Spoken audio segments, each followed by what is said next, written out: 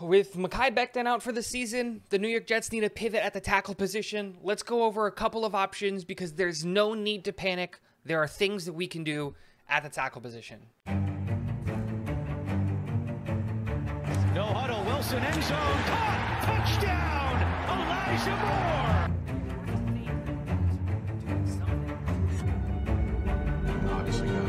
What is going on, guys? Welcome back to Talking Jets with Tigo. My name is Tigo, and unfortunately the news came out. Mekhi Becton is most likely missing the entire season, but there's no need to panic. There are options available at the tackle position, and we're not just scraping the bottom of the barrel.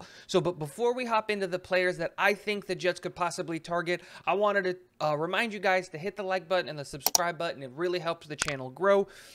Make sure to stick around to the entire video. It really helps the channel. We're trying to get to our 4,000 watch hours, so I'd really appreciate it if you stuck the whole time. Hit the notification bell and share this video with all your friends. It really helps the channel. But let's talk about some free agent tackles that are out there and available that we can bring in and sign. A couple of places we might be able to go trade for a tackle, and maybe we talk about if there's a solution about tackle already in-house at the New York Jets training camp. So let's start with the most popular option. Everybody's going to be talking about this guy, and that's Dwayne Brown. I'm not going to go way too in-depth about Dwayne Brown because, honestly, if you want to know about Dwayne Brown, there's a million videos out there talking about Dwayne Brown. But really quickly, he's 37 years old, or he will be when the season starts. His birthday is at the end of this month. He is a Pro Bowl caliber left tackle in the past. He hasn't been that recently, but he started all 17 games for Seattle last year. Did it at a relatively reasonable rate, especially with that offensive line, and he just plays the position and plays it really, really well. We've also already had him in on a visit, so it really makes a lot of sense for Dwayne Brown to be the tackle that we bring in. My concern with bringing in a player like Dwayne Brown is, one, his age. At 37 years old, the question of health and stamina and all of those things come into consideration. We started to see him kind of lose a step last year, starting his game to regress. And what do you expect? The man's like 36 years old playing left tackle against boys, essentially. It's hard to think that he's going to take a step up, but he will be on a much better offensive line unit if he does come to this team. He will most likely slot in at left tackle right next to Laken Tomlinson, and you would move George Fant to the right side to play with Elijah Vera-Tucker. Now, another concern with a move like this is we've only seen one good year of George Fant on the left side, but the chemistry with Elijah Vera-Tucker is there, and you hope that all of the things that people say about George Fant are true, and just saying that his transition from a tight end to a tackle and his career progression actually makes a lot of sense. He's a good tackle. This is the first year he was finally at game speed and game size to be able to do that. You hope that that's true and that he transitions to the right tackle for a year, and he probably comes back to left tackle next year, and we probably give him a 3-year extension, especially with Mekhi Becton going down. So number one, Dwayne Brown. Now, we're going to talk about another option that we have at the tackle position, someone that we can legitimately talk about as an option as well, and that is Eric Fisher, the most recently released tackle from the Indianapolis Colts. Now, I am more in favor of going out and getting Eric Fisher just because of the age thing. He has more recently had a season where he was a semi-dominant left tackle. I'm not super concerned about like injuries and things like that. And I'm not really concerned about age. I think that you can bring him in, and an extension to him could be a couple of years. You could look at a 2-year deal for a guy like Eric Fisher or something like that and still feel confident at him being 31 years old and being a backup on this team.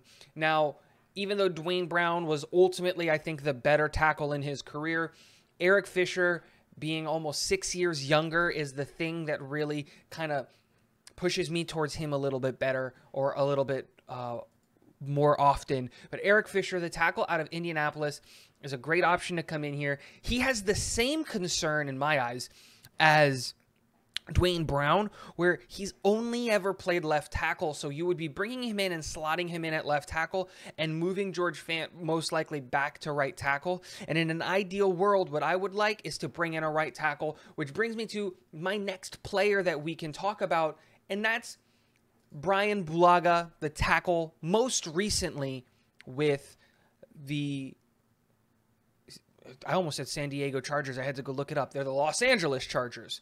Now, I know what everyone's going to say. How are you going to take a risk on a player like Brian Bulaga?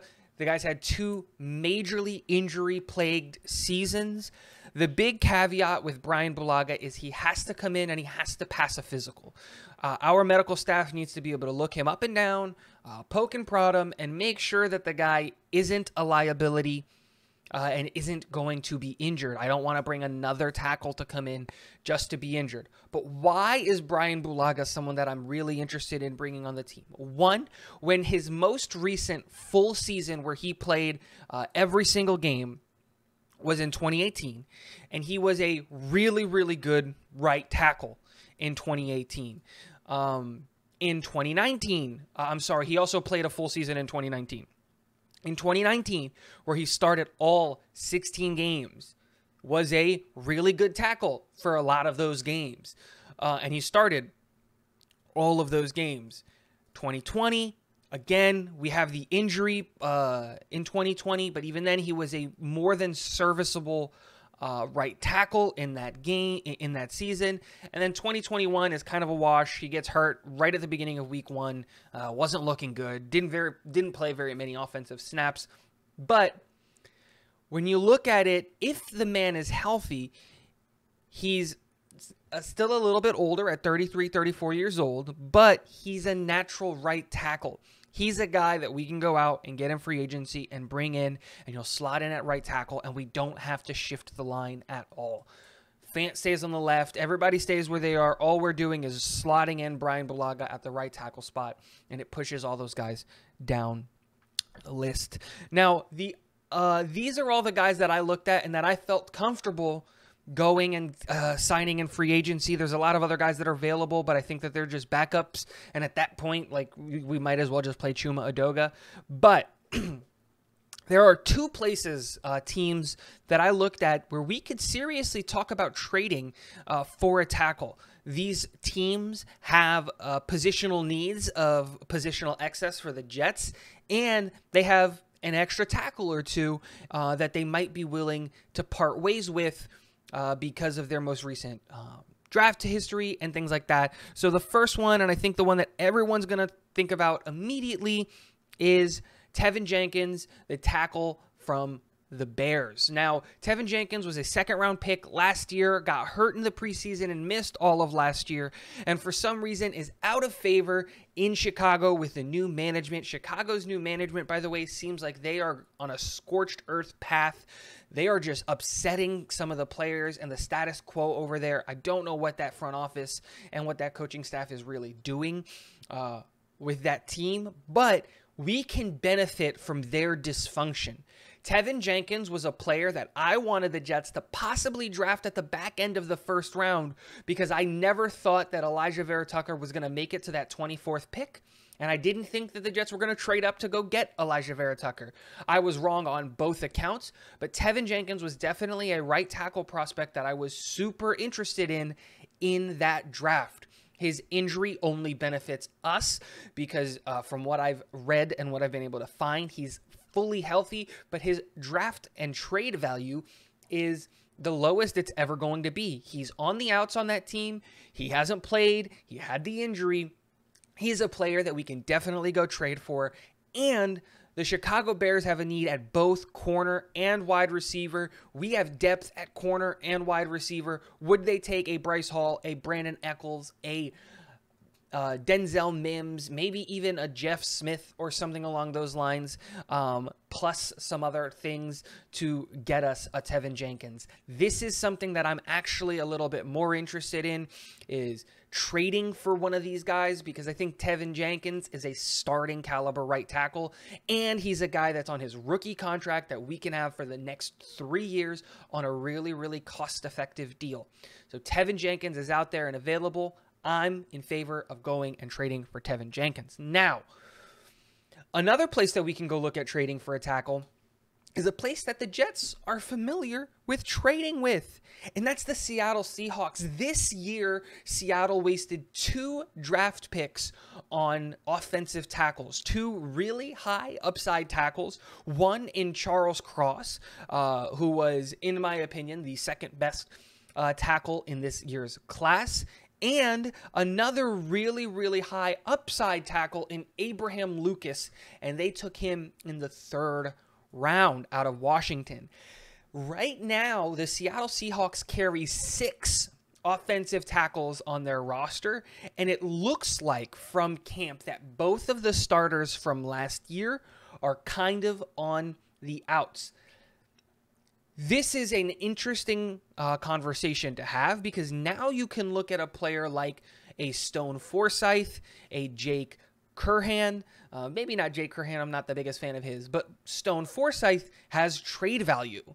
They can get players, for example, corners, which is a position of need for Seattle.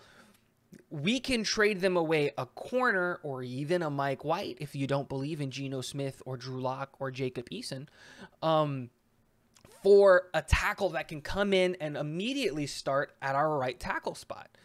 And because he's relatively young, because he was drafted only last year, you're looking at a player that really can earn his spot and grow and develop with this team. So, a couple of options there in the trade market and in free agency, but I did also want to bring up really, really quickly, what if we don't freak out, and what if we look at our roster and we go, maybe we've got the answer in-house on the roster already. What if Chuma Edoga or Max Mitchell are the answers at tackle? They're already on the roster, so we wouldn't have to waste any kind of salary cap. We wouldn't have to trade any kind of asset or anything like that to go and get these guys.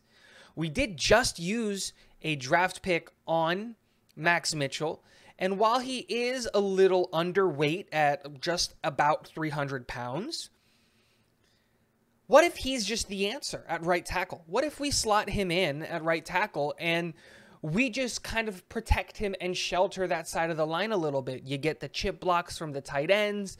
You make sure that the running backs are covering that part of the field. What if it's just a baptism by fire by Max Mitchell, and we just say, hey, you're the starting right tackle now. That's just the way it is. I would still like for us to go out and get somebody to be a backup. Even if we did decide to play Max Mitchell, I would love to go and get one of these guys.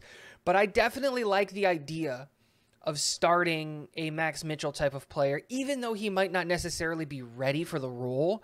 A baptism by fire over on that side might be something that we want to experiment. The good thing is we have preseason and all these things to really get a really good and deep evaluation of Max Mitchell to see if he's ready for it. And I would love to see him getting the starting nod at that spot, and him and Chuma Edoga honestly battling it out for that right tackle spot. So maybe the solution is in-house.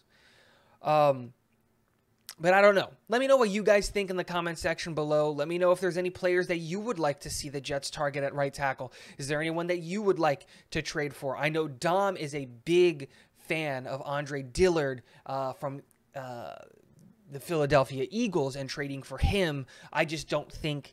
I think he's a little bit out of our price range when it comes to trading for him, because every team wants to have that backup swing tackle, and I think Andre Dillard is what that is for the Eagles right now.